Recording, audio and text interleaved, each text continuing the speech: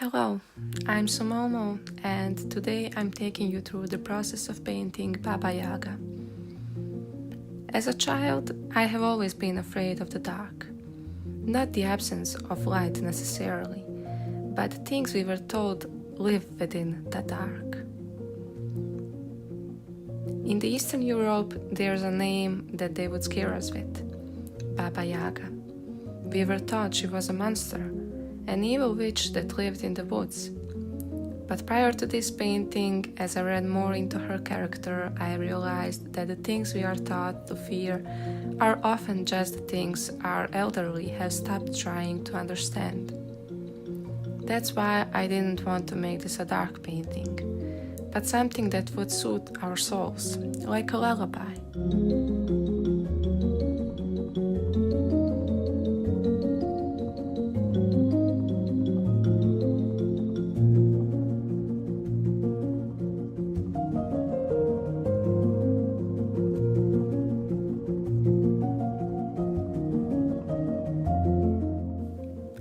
They say that long ago she was radiant, a woman who walked in the light of the high gods, wearing boots of shining gold. But she made a choice. She helped Veles, the god of the underworld, steal the sacred cows from the heavenly realm. The gods were furious, and their punishment was a curse that changed her forever. One of her beautiful golden boots withered away, becoming the bony-legged. Her eternal youth and beauty faded in an instant, and even with all her magic and all the secrets of the universe, she could never lift that curse. She is the most powerful soul in the forest, yet she can never regain what she lost.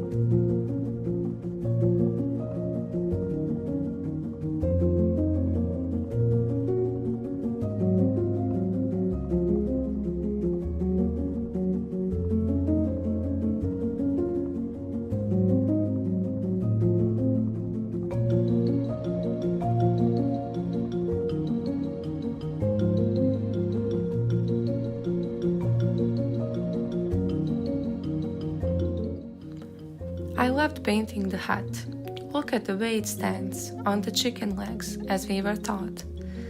Now imagine in the ancient woods, where our ancestors built small spirit houses on the high gnarled stumps of trees. These weren't scary houses, they were sacred ones. They kept inside the ashes or bones of family members, placed in ceramic urns, or offerings for the spirit, and small wooden carvings or sacred fabrics to signify the family lineage and protect the site. The gnarled roots that look like bird legs were the only things keeping the memory of their lost ones above the soil. It's a grave, yes, but a grave is just a house for a spirit that hasn't quite left us yet. She doesn't live there to hide, she lives there to guard the boundary.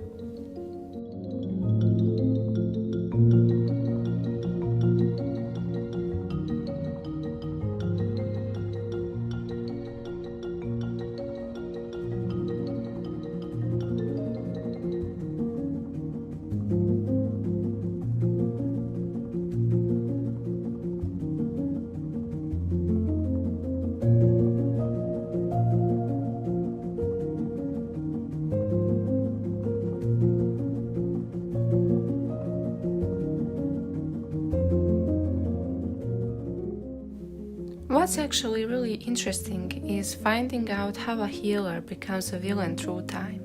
We were told she puts children in the oven to eat them, but if you reach back past the fear, you find a ritual called perpekania. I want you to imagine a mother centuries ago holding a sick child. In her grief, she goes to the Baba, the old wise woman of the village. The Baba wraps the child in a blanket of dough, a symbol of a second womb, and slice them into the gentle warmth of the oven to rebake the life back into them. It was a ritual of healing, it was a miracle back in those times. I tried to capture that warmth in the windows of the hut, a soft golden light.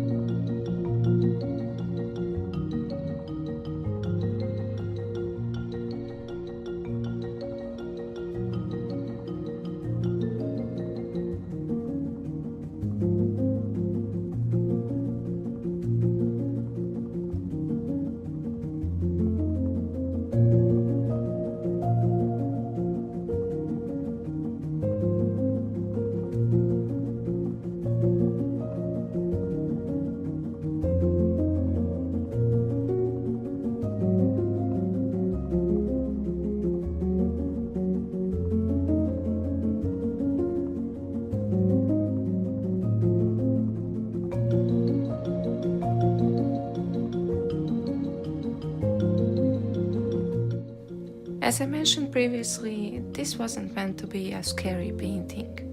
The skulls aren't there to threaten you, they are there to light the path. In the old stories, you only find Baba Yaga when you're lost, and she only helps you if you're brave enough to ask. She is the mother of the woods, the keeper of the fire, and the one who remembers the names of those we've forgotten.